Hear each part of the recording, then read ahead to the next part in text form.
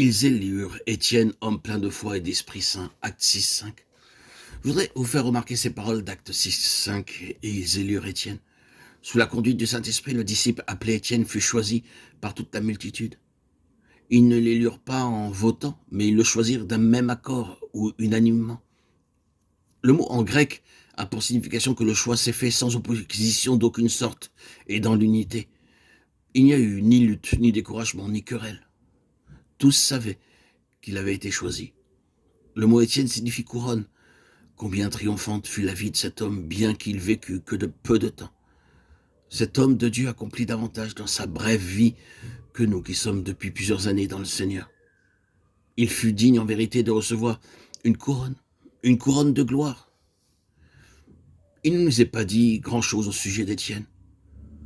Nous ne savons rien de ses parents, de sa famille ou de ses qualifications. Il apparaît soudain sur la scène comme une étoile resplendissante et devient le tout premier martyr invoquant le nom de notre Seigneur Jésus-Christ à l'heure de sa mort.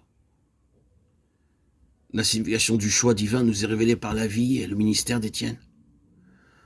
Voulons-nous, comme lui, être élus et appelés de Dieu de par une vocation céleste? Y a-t-il dans votre âme le même désir que dans le psalmiste au psaume 106, verset 1, où il déclare « Louez l'Éternel ». Louer est une chose céleste. Nous louons Dieu pour les bénédictions éternelles, pour les choses célestes et glorieuses, et pas simplement pour les choses terrestres. Si nous désirons vivre une vie triomphante, nous devons comprendre la signification d'être un membre du peuple de Dieu.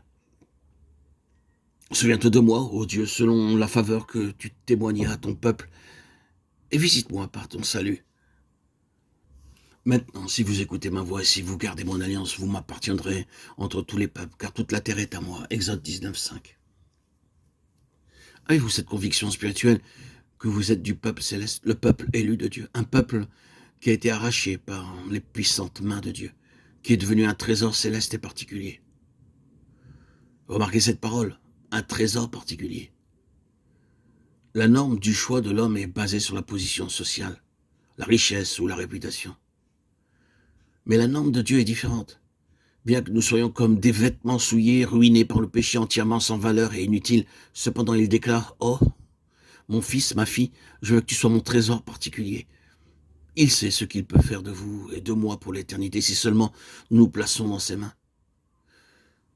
Ne résistez pas à la main de Dieu lorsqu'il désire vous choisir.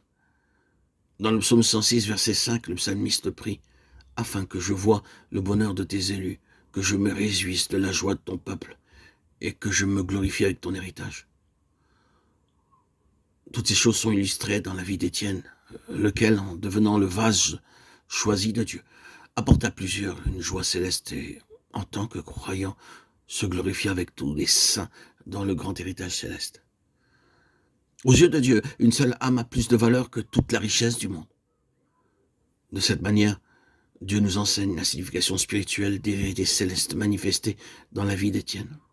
Cette personne inconnue dont nous ne savons rien de sa famille, de son village natal, de son pays, de ses qualifications, mais qui était très précieux aux yeux de Dieu.